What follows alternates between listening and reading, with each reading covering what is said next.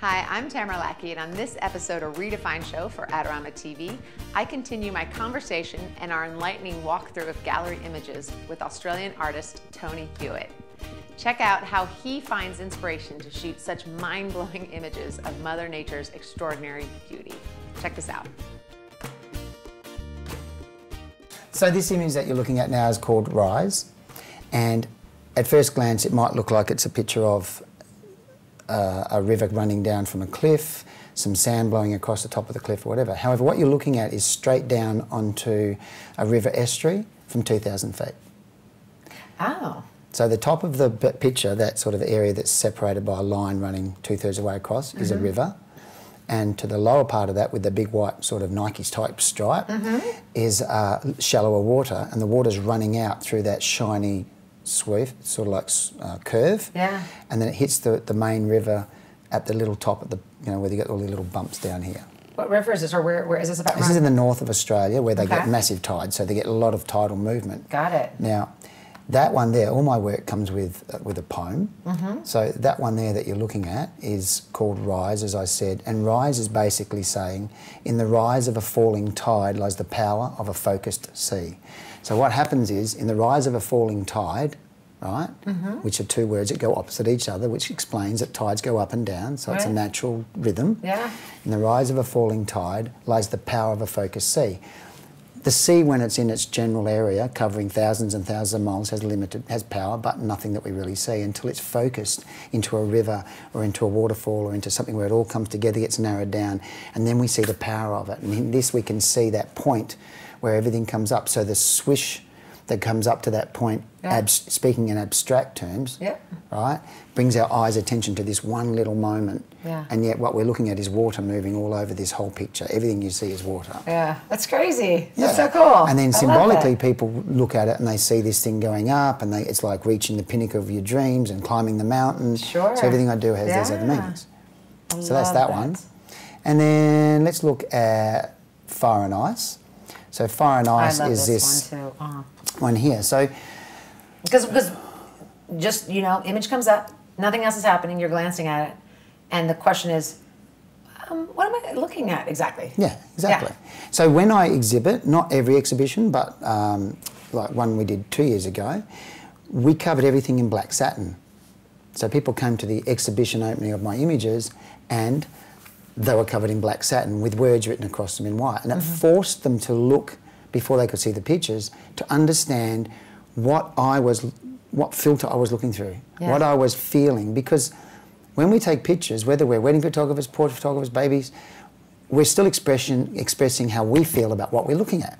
That's why we choose long lens, short lens, wide lens. We're going to make it underexposed, overexposed. I want it soft and ethereal. I want it sharp, etc., etc. So I want people to have a slight understanding. So this picture is called Fire and Ice. The fire you can see this fire, and when you see the actual real art piece, you feel like there's a piece of clear glass and there's some fire in behind it. And for me, when I took this picture, which is part of a salt flat in the north of Australia, it's reminiscent of the beginning of time. You can kind of feel like, you know, those days when the world was being formed and volcanoes, and then on the other side we had ice comes in, and over millennium, over long periods of time, millions of years, ice forms, fires blow, volcanoes go, and eventually we end up with our planet in a very delicate balance. And this image for me is very symbolic that things bubble and we hold things at bay. Everything's just in balance, okay? And that triangular piece of land that sticks up on the left third comes right up and it's holding this thing at bay. You can see the bubbling froth at the top and it's coming up. Now, some would say we're at a time where there's a lot of tension, there's a lot of stresses, and we're kind of close to tipping points. I'm just being very politically correct and diplomatic, but we're at a tipping point. And in this image you go into the detail and you'll see on the left of the triangle little fragments are falling away, like our ability to hold it back and to keep it in balance is just being chipped away at from one side. But we're still there, but it is critical. We're at this little tipping point. And I'm not a greenie, I'm not going to sit on a boat and chase whale chasers and all of that, but through my art, I want people to think more. I want them to look at things that I look at and see the inherent beauty that Mother Nature gives us. Without, you don't have to be clever, you don't have to know what you're looking at, you don't have to be a cartographer, it doesn't matter where it is in the planet. You look and you go, wow, there's colour, shape, form, and it makes me feel something. That's what all good art does. And that's what I'm trying to get to anyway. And I think you're doing well.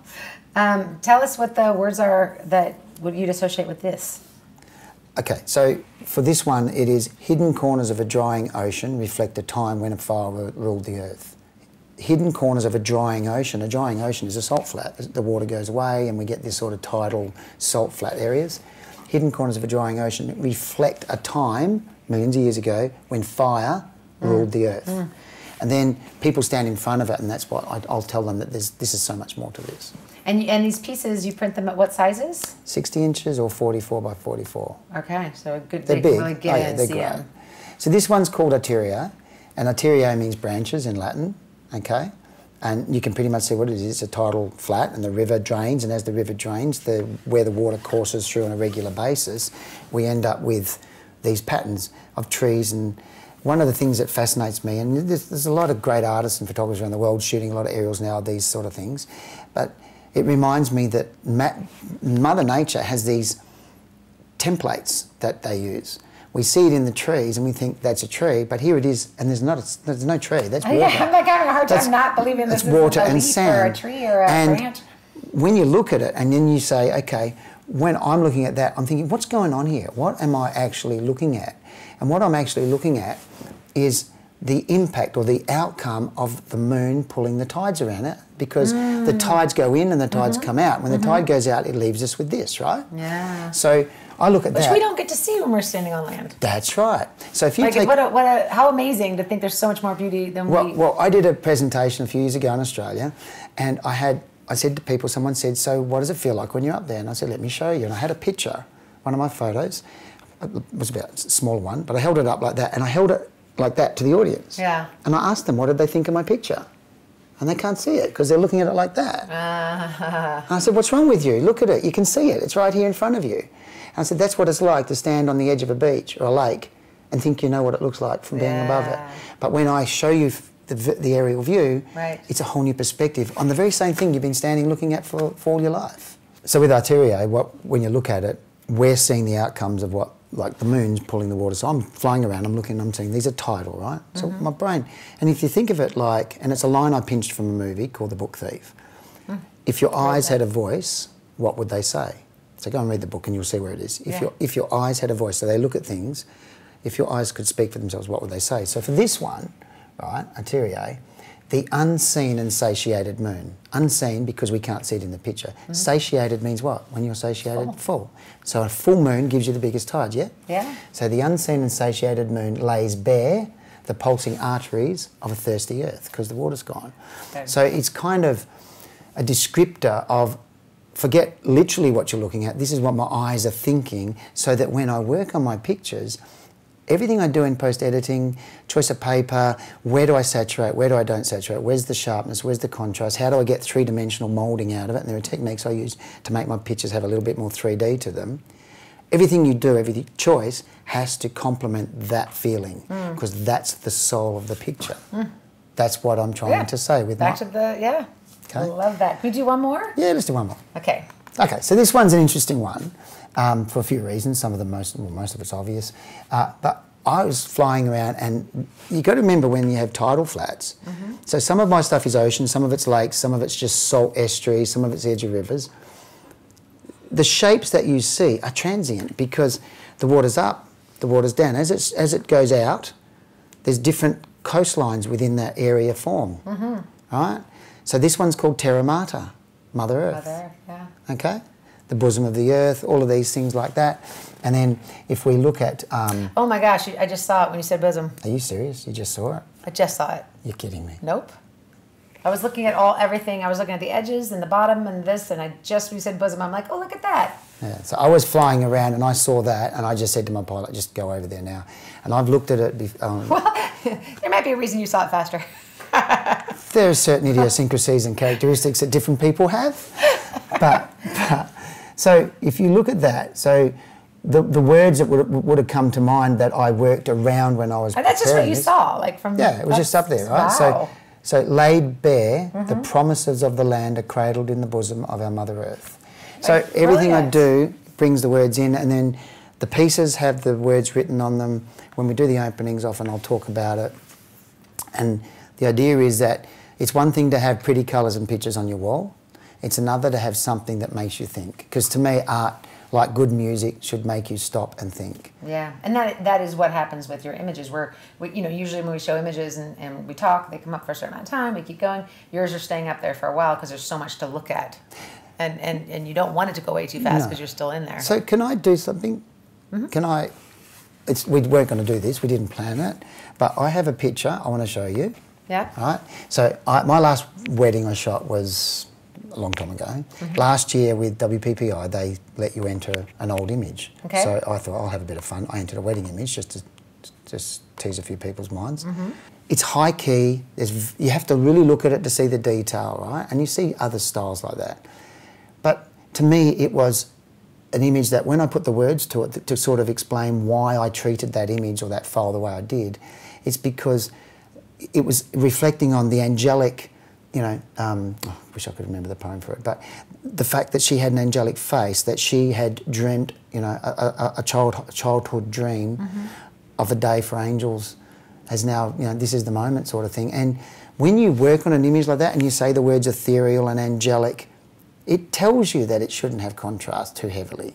It tells you it shouldn't be overly sharp. It tells you that this image should be soft, ethereal, pastel, because that's what you're trying to say. And so as wedding photographers, portrait photographers, we have the opportunity to say, well, when I look at you, are you a funky bride? Funky to me means quirky, contrasty, bit of saturation, colour. Are you a soft, angelic angel? Then it's going to be white. It's going to be high key. It's not going to have too much sharpness in it necessarily, just hints here and there. Do you know what I'm trying to say? Like make sure that the photographic style reflects the nature of the person you're photographing. That the visual expression, your perception. That's right, that your visual expression is not just this is what they look like. It's to me, it's more importantly, this is what it feels like. Yeah, yeah. And the picture is just a way to help you get there. Exactly. Ah, I love talking to you. Me too. Where can people go to find out more about you? And then we're going to talk again because I want to go through more of these. Sure. We should. Where can people go to find out more about you? There's some stuff on, obviously, TonyHewitt.com, Facebook, Tony.Hewitt, I think it is. Follow me on Instagram, it's all good. It's all good. And then I do workshops here, and I do them in the States, I do them overseas. We do artist retreats, so we take people for 5 or 6 days, 4 people, 6 people at a time. We do crazy ones where like we go into the mountains in New Zealand, stay on a sheep farm, no internet, and we have a helicopter there, and we have a light plane, and we have 4 drives, and we go up into the mountains, and we get all these amazing Oh my God, that sounds amazing. Yeah, and then the whole idea is you get your pictures, you come back, and then we work with you not only on technique, not only on how you edit and look at your pictures, but why. Yeah. Why did you take that picture? What are you trying to say? What hit you? And whether you're a portrait photographer, wedding photographer, whatever. Cut through all those barriers and let's get right into it. But ultimately, you want to find out who you are as an artist so that you can tell the story your way and your pictures will fly, in my opinion. Perfect. There you go. Thank you so much. Oh, my pleasure. It's been fantastic. Thank you. Thank you so much, Tony. I could walk through those images all day long. Check us out here next time on Adorama TV, and while you're at it, peruse the content available to you here.